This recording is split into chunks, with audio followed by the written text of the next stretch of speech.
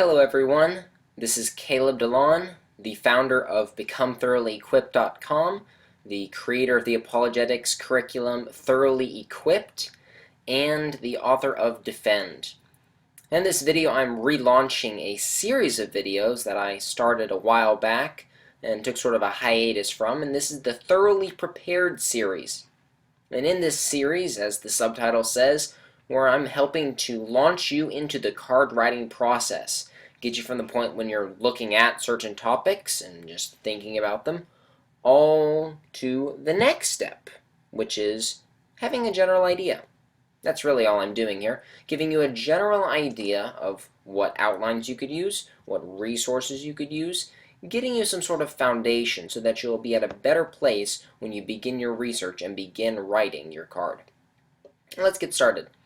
Today we are going to look at Concept 5, which is incommunicable attributes. Now, when I say it's incommunicable attributes, what I more technically mean is that it is incommunicable attributes in the NCFCA. I'll get more on that in just a moment. Now, there's 4 topics under Concept 5 in the NCFCA, within the conceptual organizational system. And these are the Trinity, the eternality of God, the omniscience of God, and the omnipresence of God. However, Stoa is somewhat different because my curriculum has 2 different versions, one for NCFCA and one for Stoa, because the questions differ somewhat. But that also differs from one another in organization to some degree, so that Stoa's card for the Trinity is put in the miscellaneous underneath Category 1. Concept of eternality is inside Concept 4, not Concept 5. Omniscience is in miscellaneous, and omnipresence is in Concept 2. So this video will be mainly useful for those in the NCFCA. And so really, we're talking not just about Concept 5, but about Concept 5 for the NCFCA. All of the other questions that are in various places within Stoa's organizational system will be addressed in other videos in this series. Now that we've got the topics under control, let's move on to the thesis. The thesis, the main point that you want to make in your speech. I would say the thesis is this: that many aspects of the nature of God cannot be shared or communicated with us. Mainly, He knows everything, He is everywhere, and He has always been that way.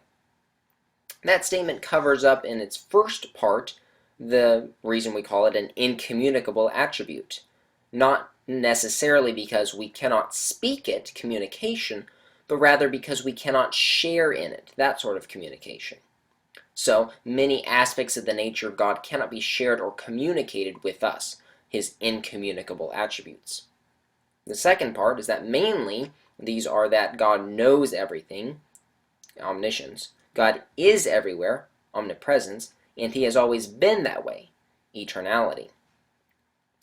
Let's move on and look at some options for organization. Now, before we go any farther, I have to make a quick note. There are 4 different topics in this category. That is the Trinity, eternality, omnipresence, and omniscience. Now, these organizational structures, these outlines that I've suggested, are only covering 3 of those topics. And that's because as I was looking at and considering, really thinking through this particular concept, I realized that if I had the opportunity to redo the conceptual organizational system, I would place the Trinity elsewhere. Because while the Trinity certainly is an incommunicable aspect of God's nature, that we are not Trinities and can never be, it doesn't bear as close a link to the other 3 as they share amongst themselves. Or at the very least, it is harder to establish and harder to communicate that link to the judges. And in my personal opinion, it would make a somewhat confusing speech, or perhaps even just a disjointed speech. That it would be hard to see the connections and the relations between the topics. So I'm going to recommend in this video that, for all intents and purposes, you treat Concept 5 as though it had only 3 topics in it, and address the Trinity with the miscellaneous topics. So with that in mind, let's look at these outlines, and you'll notice in the outlines that there's only those 3 considered. Here's the first suggestion. The first suggestion has all three topics with appropriate emphasis. I'll explain what that means. Point 1, point 2, point 3, quite simply, eternality, omniscience, and omnipresence. So, within this one outline, we have all three topics, and so in any speech, no matter which topic you draw, you're going to be saying something about all three of them. Now, the appropriate emphasis is very, very important here. If you draw the topic of omniscience, you are not going to make omniscience point 2, because typically point 2 would be the least important or the least emphasized point.